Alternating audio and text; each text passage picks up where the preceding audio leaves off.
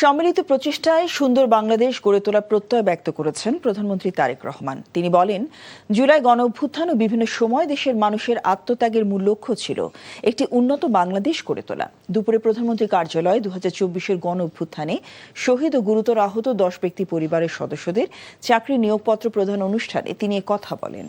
রাষ্ট্র ও সরকারের নানা সীমাবদ্ধতার কথা উল্লেখ করে প্রধানমন্ত্রী বলেন, সীমাবদ্ধতার মধ্যেও দেশকে বাস্তবতার নিরিখে এগিয়ে নিতে হবে।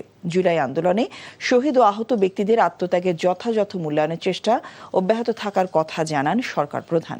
এদিকে জুলাই গণঅভ্যুত্থানে অংশ নেওয়া 2 যোদ্ধার আত্মকর্মসংস্থান এবং জীবিকা নির্বাহের সহায়তার লক্ষ্যে একটি সিএনজি অটোরিকশা এবং 2টি প্যাডেল চালিত রিকশা উপহার দিয়েছেন প্রধানমন্ত্রী তারেক রহমান। দুপুরে প্রধানমন্ত্রীর কার্যালয়ে আয়োজিত এক অনুষ্ঠানে তাদের হাতে সব উপহার তুলে দেন তিনি।